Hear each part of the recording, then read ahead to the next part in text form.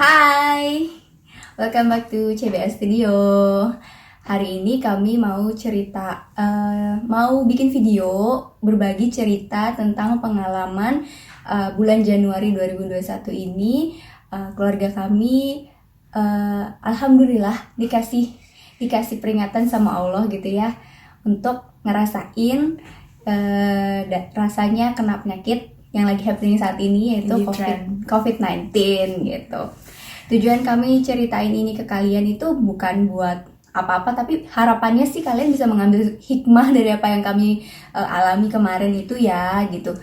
Syukur-syukur kalau bisa jadi manfaat. Maksudnya, karena nonton video dari kami, jadi kalau misalnya nanti suatu hari gue keluarga amit-amit kena gitu kan, apa yang harus dikerjain.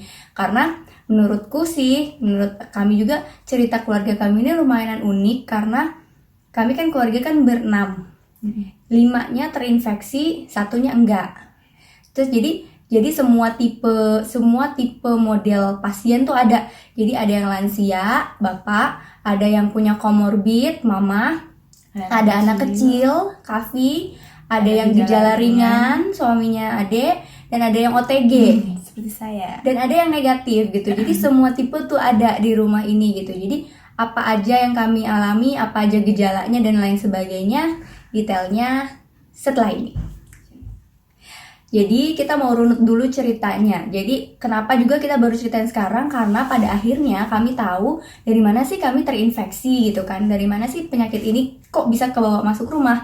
Padahal selama ini yang mobile di rumah ini tuh cuman aku sama bapak ketika itu. Dan aku juga ke kantor tuh deket-deket aja, nggak banyak interaksi sama orang. Dan selama di kantor tuh juga aku jaga prokes kan, aku pakai masker terus. Nah, ternyata setelah diselidiki, setelah ada pengakuan dari si penyebar penyakit itu. Jadi itu tuh penyakitnya datang dari temennya bapak.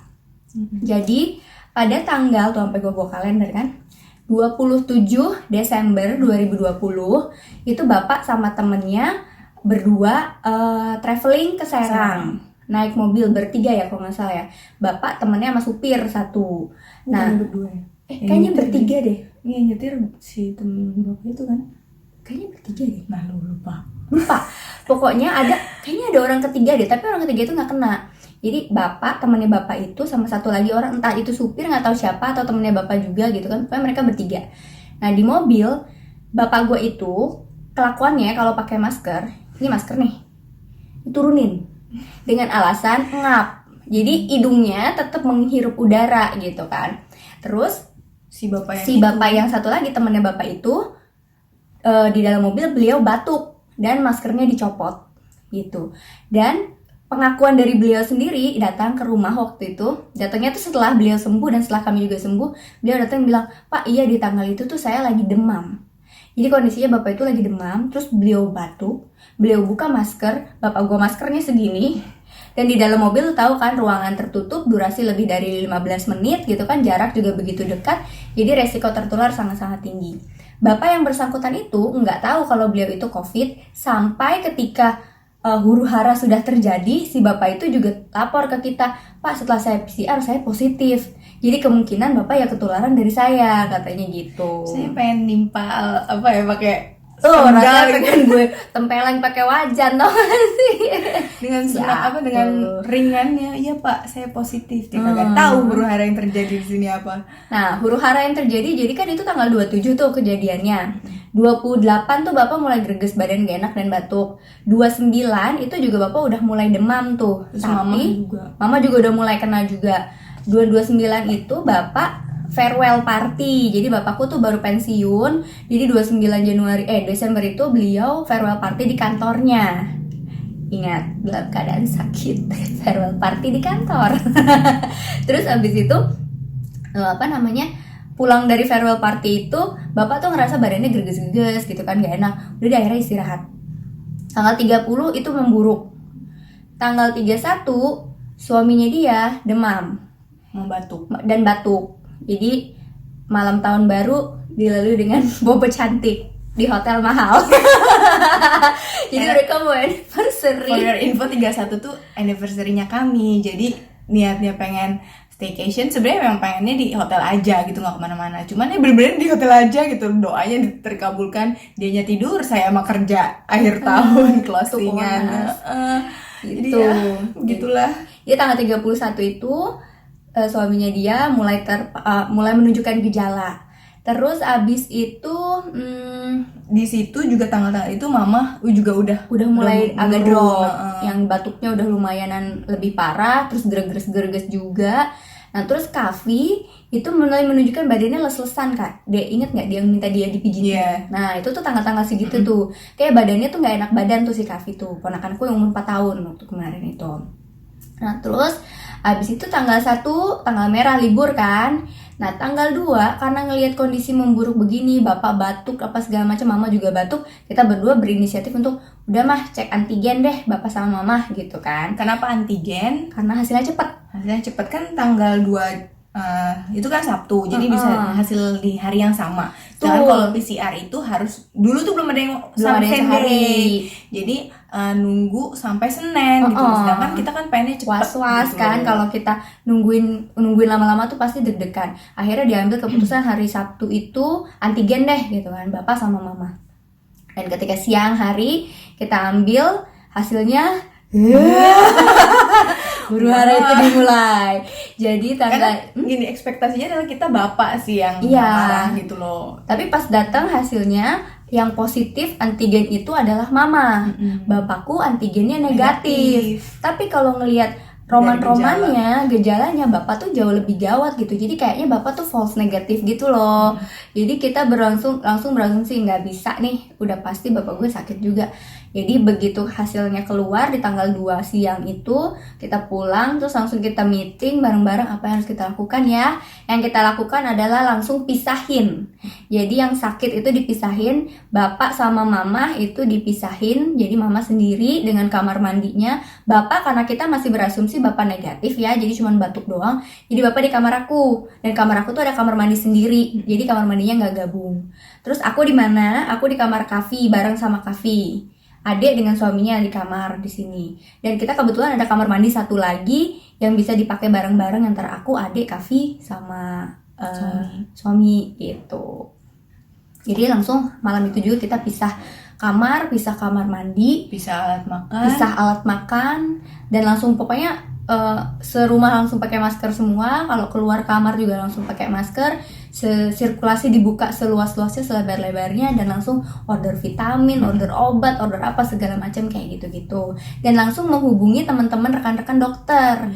Karena kita nggak mau sotoy sendiri gitu kan, nggak mau cuman pakai Google University atau cuman baca-baca dari Instagram segala macam. Enggak, kita tanya sama rekan-rekan dokter yang kita tahu lah, temen lah, saudara lah, semua gitu kan, dihubungin apa sih tindakan yang harus kita lakukan kalau udah kayak gini gitu. Itu hari tanggal 2.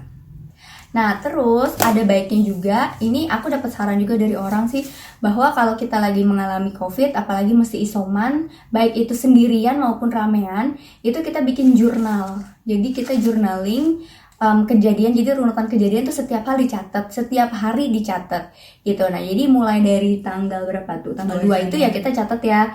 Jadi 2 Januari itu day one mama COVID, jadi day one mama isolasi, karena kita asumsinya cuma mama doang yang positif gitu, nggak tahu yang lain kan. Nah terus karena mama sama bapak sekamar, asumsinya bapak sebenarnya sakit juga. Nah biar tahu nih yang lain gimana, jadi akhirnya kita memutuskan tanggal 4 itu kita harus PCR. Yang siapa yang PCR? Bapak, karena kita pengen yakinin bapak ini beneran negatif gak sih gitu kan. Terus ya semua sisanya, adik, aku, suaminya, Kavi gitu kan. Itu tanggal 4. Tapi sebelum itu terjadi, huru haranya sudah dimulai di tanggal 3. Tanggal 3 dini hari itu Kavi panasnya 39. Malam-malam itu badannya tuh udah mulai panas 39 siang-siang ya. Malamnya tuh dia mulai 37,6, mulai anget gitu loh. Jadi aku jam 3 pagi ngetok kamar mama minjem termometer gitu. Kata mama, ya kenapa gitu, si Kavi anget. Wah udah mulai patah hati tuh rasanya kan. Karena kan aku yang tidur bareng, terus aku langsung, jadi semalam itu tuh aku langsung gini, Kavi anget gak ya? Kavi anget gak ya? Langsung aku tidurnya gak nyenyak ya? Tidurnya gak nyenyak banget. Terus begitu Kavi anget, aduh mampus dah gue nih gitu kan ya. Aduh kena deh nih anak sampai demam. Ya udah akhirnya diminumin ibuprofen waktu itu karena belum punya paracetamol kan. Terus abis itu apalagi? Tanggal 4 Januari mama mulai hilang penciuman. Kavi pagi 36. Terus bapak masih lemes. Terus kita mulai di swab. Tanggal 3-nya tuh ya gitu ya kejadiannya adalah mama masih isolasi kan hari Minggu juga kita nggak bisa ngapa-ngapain kan. Mama masih isolasi sendiri, bapak isolasi sendiri, Kavi mulai panas dan kita semua mulai berasumsi anggap aja kita semua sakit deh gitu kan ya. Nah terus akhirnya kita menunggu sampai hari berganti di hari Senin tuh rasanya lama banget, cepet kayak Senin kayak gitu ya. Nah pas Senin pagi-pagi itu mama dapat panggilan swab dari puskesmas karena kan kami lapor. Oh ya satu hal, kalau kalian semua ada yang terinfeksi segera lapor ya, lapor RT RW karena kan ada satgas covid, apa sebutannya, satgas covid lingkungan sendiri gitu loh. Jadi kita lapor ke satgas itu supaya didata gitu kan. Terus karena mama cuma antigen doang, jadi mama dipanggil PCR ke puskesmas, aku nganterin. Nah pagi-pagi itu karena jadwalnya kita udah gak mau PCR semua, jadi bapak sama Dodi dua suaminya dia itu PCR duluan. Terus habis itu siangnya nyusul aku, Ade sama Kavi bertiga. Itu di dalam mobil, Kavi tuh juga udah anget, badannya panas, lemes, terus keringetan, gimana segala macam. Menggigil terus. Aduh rasanya tuh nyes banget ya waktu itu inget. Terus udah gitu, udah lah ya, singkat cerita hasil PCR-nya keluar dan ternyata semuanya positif. Aku doang yang negatif. Jadi Kavi positif, Ade positif, suaminya Dodi positif, bapak positif ternyata kan setelah di PCR. Terus mama, kita kan sudah pasti mama positif lah, orang kayak begitu gitu kan, hasil antigen udah cukup lah gitu. Nah terus kalau misalnya kalian di keluarga ada yang terinfeksi, baiknya semuanya di PCR ya supaya ketahuan siapa yang sakit, siapa yang enggak. Nah, ketika ketahuan siapa yang sakit, jadi tahu apa yang harus dilakukan setelah ini. Dan ketika tahu siapa yang sehat, maka si yang sehat ini sebenarnya ya ketika kemarin itu aku ngungsi sendirian tuh buat mencari selamat tuh bisa gitu loh. Tapi kan keadaan tidak memungkinkan, kesian lah kalau Ade harus melihara Kavi juga sementara mereka sakit sebenarnya judulnya gitu kan. Jadi ketahuan siapa yang sakit, siapa yang enggak. Nah yang sakit ini ada faktor resiko apa enggak, tindakan selanjutnya harus gimana, itu kan harus gercep gitu. Karena COVID ini telat dikit lewat gitu. Nah, jadi yang kami lakukan setelah tahu hasilnya kita semua ternyata positif gitu kan, langsung telepon lagi rekan dokter, tanya kalau kayak gini harus gimana. Yang pertama dicek tuh adalah oximeternya dilihat, maksudnya saturasi oksigen masing-masing orang yang sakit itu. Terus yang kedua suhu tubuh, jadi ada yang demam apa enggak. Terus kan karena kita nyatet kan siapa yang batuk, siapa yang demam, siapa yang pilek dan lain-lain. Nah terus akhirnya ketika itu saturasinya bapak itu rendah di bawah 90 kan, saturasi normal kan 95% ke atas. Nah bapak tuh waktu kejadian itu tanggal 4 itu saturasinya 88. Jadi kita kan udah khawatir dong, maksudnya bapak udah lansia kategorinya, saturasinya juga rendah, sudah mengeluh sesak napas, lemes banget dan batuknya nggak berhenti. Aku kan dengerin tuh di kamar sebelah, wah batuknya gila banget. Nah terus dengan keadaan seperti itu, kami langsung berpikir nggak bisa nih bapak kalau dirawat di rumah, karena kan sesak napasnya itu kan butuh suplai oksigen dong biar saturasinya naik. Nah kita cuma punya tabung oksigen yang kecil yang seliter doang, dan itu nggak cukup pasti, karena kalau untuk naikin saturasi kan mesti yang suplai oksigennya terus-terusan gitu kan. Akhirnya habis maghrib tanggal 4 itu kita ke tanggal 5 kan hasilnya tanggal 5. Oh iya hasilnya tanggal 5. Ya tanggal 5 itu kita ke Siloam Karawaci sini untuk meminta penanganan awal aja. Kita tahu pasti nggak bakalan diterima di sana karena mereka tidak menerima pasien COVID. Tapi paling enggak bapak gue dikasih nyawa dulu lah, maksudnya disambung dulu nyawanya pakai oksigen gitu. Karena udah keadaannya lemes banget. Sambil kita nyari rumah sakit rujukan buat rawat bapak gitu. Dan for your info lagi, tanggal-tanggal segitu itu adalah membludaknya pasien. Kalian inget gak? Kan itu kan setelah Natal tahun baru kan, itu kasus naik banget, sehari 1.000 aja kan kita udah panik ya. Sekarang sehari 5.000 sih. Jadi kemarin tuh bisa sampai hampir 10.000 gak sih? Pokoknya kemarin tinggi banget lah. Zamannya kita lagi sakit kemarin terinfeksi itu, rumah sakit nggak ada yang kosong, full semua.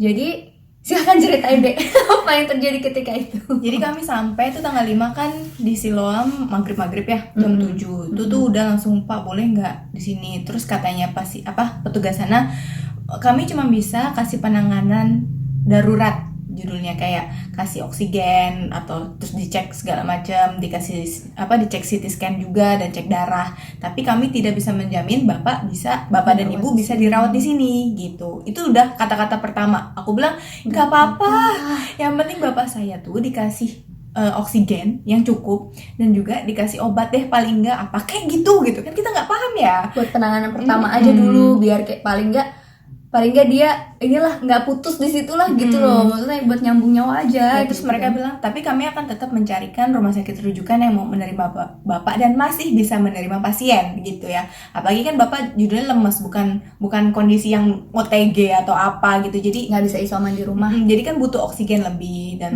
ngeri-ngerinya butuh ventilator. Jadi rumah sakit kan juga mikir-mikir gitu loh, mana yang bisa menerima pasien dengan kondisi seperti itu gitu. Dan ya udah nggak apa-apa, taruh aja dulu. Dan kondisinya tuh jadi malam itu tuh kan sih. chaos ya. Chaos tuh artinya kita nggak bisa nih masuk Siloam. Yang jelas Siloam sendiri rumah sakitnya, IGD-nya itu juga udah penuh. Ramai banget. Kan cuma ramai banget, penuh. Ngemper coy. Itu sampai ngemper. Jadi bapak sama mama, nanti kita kasih fotonya ya, insert fotonya. Bapak sama mama tuh di emperan rumah sakit ditanganinnya gitu. Bapak duduk dikasih tabung oksigen, disuplai gitu kan, biar oksigennya saturasinya naik bagus. Mama nemenin sambil pokoknya ada yang ngurusin administrasi segala macam deh, karena emang prosedurnya Siloam itu kalau bapak ibu mau ditangani di sini harus ada PCR dulu. Dan kebetulan kan kita PCR-nya udah, terus habis itu scan toraks sama cek darah. Ada yang ngurusin administrasi, nggak ada yang tahu kalau ada positif juga, karena kalau tahu sampai ada positif juga dia nggak bakalan boleh masuk gitu. Aku juga nggak nanya gitu loh, jadi sebenarnya ya kita juga nggak tahu kalau ternyata nggak boleh masuk. Blessing juga gitu kan. Baru ketahuannya besok. Tahu kalau kamu positif kamu nggak boleh masuk nggak gitu. Bapak ibu saya kayak gitu, mana mikir kan saya ya. Positif juga kayak nggak mungkin ya gitu loh. Iya, terus akhirnya ada yang ngurusin administrasi. Nah aku sama suaminya Ade sama Kavi, waktu itu kita bawa Kavi loh malam-malam itu nyari rumah sakit. Jadi nelfonin satu-satu, terus sampai menyambangi rumah sakit ASI yang ada di Cipondo, karena kan saudaranya Dodi kan ada dirawat di sana, masih bisa masuk tuh malam sebelumnya. Harapannya sih malam ini tuh ada lagi gitu kan kesempatan masuknya. Kita udah sampai datengin ke sana, sampai Dodi masuk nungguin kabar ada nggak sih kamar kosong gitu kan ya. Ternyata nggak ada gitu. Terus sampai nanya Satgas Covid Tangerang, RSUD, yang di mana-mana lah semuanya pokoknya ditelepon. Terus teman kita yang agen asuransi, coba dong tolong cariin rumah sakit, kan lo banyak rekanan rumah sakit gitu kan. Tetap aja nggak ada gitu. Terus dikasih juga rujukan dari kenalan yang bapak mamahnya juga kena gitu kan. Dan dari rujukan beliau plus dari nelfon rumah sakit UGD-nya, semua sarannya sama. Kalau papa mama kamu sekarang sudah ada di IGD Siloam, jangan keluar dari situ karena kamu butuh oksigen buat papa mama. Jadi biarin aja di sana. Pun kalau terjadi apa-apa di sana ada paramedis. Jadi mereka lebih tahu daripada kalau kamu ajak bapak mamamu pulang terus di dalam rumah mereka memburuk, kamu nggak bisa apa-apa katanya gitu kan. Jadi tetap malam itu kami memutuskan untuk bermalam di Siloam dengan bapak, mama, ade dan Dodi. Aku sama Kavi pulang karena aku takut Kavi jadi kenapa-napa lagi gara-gara kita harus bermalam di Siloam. Jadi udah kita pulang, aku sama Kavi pulang, mereka bermalam. Sambil malam itu tuh kita tetap japrin teman-teman, ada nggak sih informasi rumah sakit, tolong dong gitu kan ya. Aku inget banget bateraiku udah tinggal 5% kali itu kan, nelfon mulu, terus aktif di WhatsApp kan nyariin rumah sakit. Wah gila sih, udah stres banget stres banget. Terus aku juga tidur tuh kayak 5 menit bangun, ada apa, WhatsApp dari adek nggak ya, nggak ada, udah tidur lagi. Terus ngecek Kavi anget nggak ya, oh enggak gitu kan.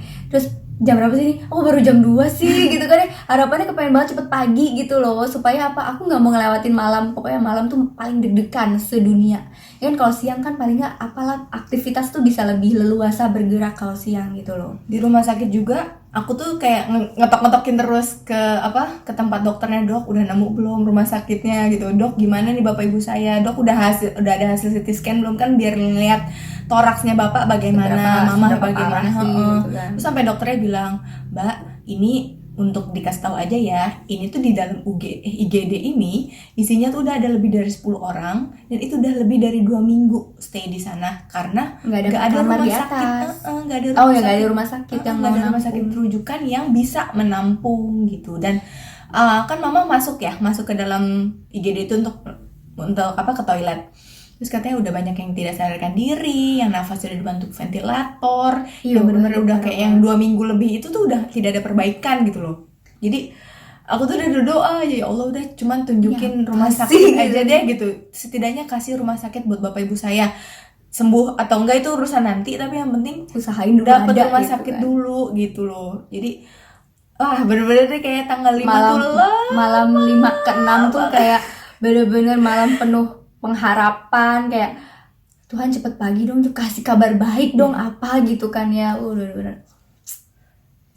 Nah, sampai akhirnya kabar baik itu datang di jam 6 pagi ya kalau nggak salah. Jadi Bude, kakaknya mama itu ngabarin bahwa Jul, coba masuk Wisma Atlet gitu kan. Teman Bude ada kenalan di sana, udah diceritain kasusnya bapak sama mama gimana, terus katanya udah kasih aja datanya gitu kan. Waktu itu sempat sanksi kayak gini, apa ya rumah sakit Wisma Atlet nerima bapak sama mama, karena kita taunya di sana tuh hanya tempat isolasi buat yang gejala ringan ataupun OTG supaya, dan yang rumahnya nggak bisa buat jadi isoman gitu kan, tempatnya di situ deh. dan orang Jakarta. Sementara kan kita satu udah lansia, terus gejalanya berat, terus ada penyakit bawaan, dan kita orang Tangerang gitu kan, apa ya kita bisa masuk. Katanya Bude, udah coba aja dulu, yang penting kita usaha, katanya Bude gitu. Sebentar Bude minta data ya, kakak, KTP segala macam, hasil PCR-nya dikasih deh. Terus aku bilang oke Bude gitu kan, tektokan lah si Ade sama Bude ya kalau nggak salah gitu ya, Ade sama Bude pokoknya tektokan administrasi. Aku di rumah nyiapin sarapan lah, nyiapin kafe segala macam sambil mencari ya, siapin baju skenario terburuk harus nginap hari itu juga gitu kan. Nah terus akhirnya Ade kan juga dikasih tahu kalau bisa masuk ke Wisma Atlet. Terus aku share ke dokter, dok, ini saya dapat info bisa masuk ke Wisma Atlet. Dokternya juga gak gitu. percaya. Serius gitu karena susah banget masuk sana teman-teman. Kayak ya aku juga tahu sih pasti susah gitu, apalagi dari rumah sakit yang non Jakarta. Terus dengan keadaan bapak kayak gitu kan, dokter Siloam tahu nih pasiennya kayak apa, pasien kayak gini pasti nggak bakalan bisa nih masuk Wisma Atlet, kok ini bisa dapat kabar boleh masuk gitu kan. Ternyata kita pakai red carpet, John. Sebenarnya ini nggak ya gimana ya, blessing banget lah ya, itu. kita nggak mau bilang semua ini tuh bisa dicontoh semua orang, nggak bisa karena ini benar-benar faktor luck dan ya pertolongan Tuhan gitu loh. Ini rezeki dari Allah buat kami lah, kami bersyukur banget tadi kesempatan ini. Rezekinya dipanjangin melalui Bude dan temannya lagi gitu loh. Jadi kenalannya bukan kenalan langsung. Bukan kenalan langsung gitu. Terus kami dikasih nomornya, dokter dari pihak Siloam kontak nomor tersebut dan mereka bilang iya nih katanya boleh, ada kamarnya sudah disiapkan. Jadi diyakinkan boleh nih gitu.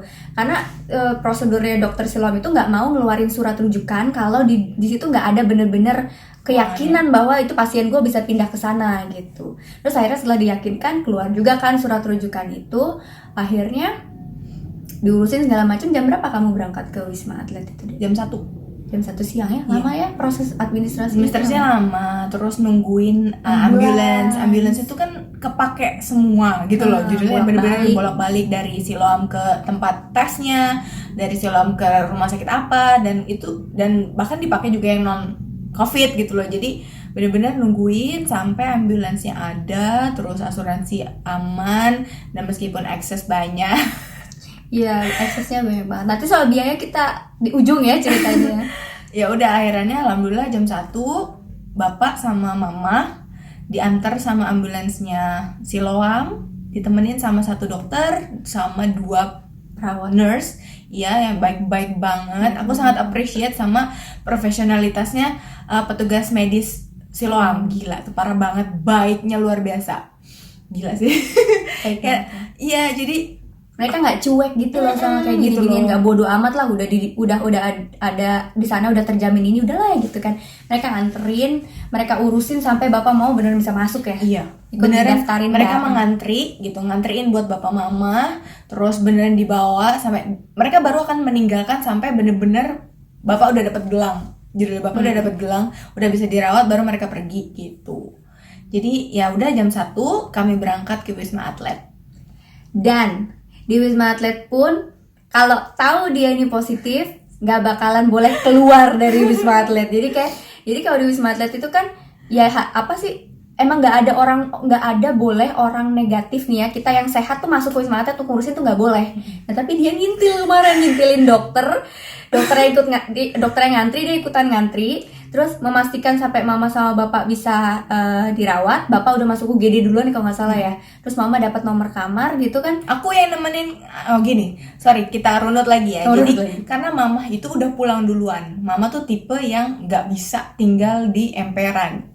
Dia bakal jadi stres, bakal bisa memperburuk keadaannya. Jadi dia pulang sehingga dia tergolong bukan pasiennya siloam lagi gitu. Oh iya, jadi kamu yang mewakili mama ngantri untuk administrasi gitu.